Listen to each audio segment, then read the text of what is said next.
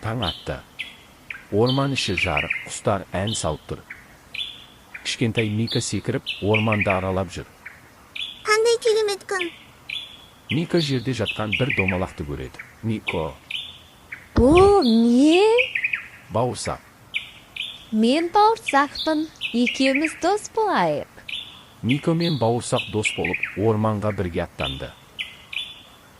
Алдынан қоян секіріп шыға келді. Қоян. Бауырсақ, мен сені жеймін. Жоқ, сен мені жемеші, мен саған өлең айтып беремін. Мен апамнан қаштым, мен атамнан қаштым, енді қояд, мен сенен қашам. Деп Мика мен бауырсақ қашып кетеді. Енді алдыларынан қасқыр шығады. Бауырсақ, мен сені жеймін. Жоқ, сен мені жемеші, мен саған өлең айтып беремін. Мен апамнан қаштым, мен атамнан қаштым, мен қояннан қаштым, енді қасқыр, мен сенен қашамын. Деп Мика мен бауырсақ қашып кетеді. Енді алдыларынан аю шығады. Бауырсақ, мен сені жеймін. Жоқ, сен мені жемеші, мен саған өлең айтып беремін.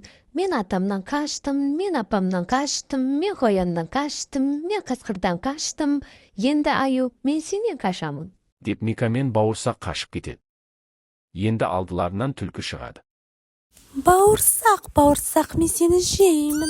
Түлкі айла жасап, бауырсаққа жақындады. Бірақ Мика оны құтқарып қалды. Қулығың жүрмейді дейді Мика. Мика мен бауырсақ әжеге оралды. Әже қуанып қарсы алды.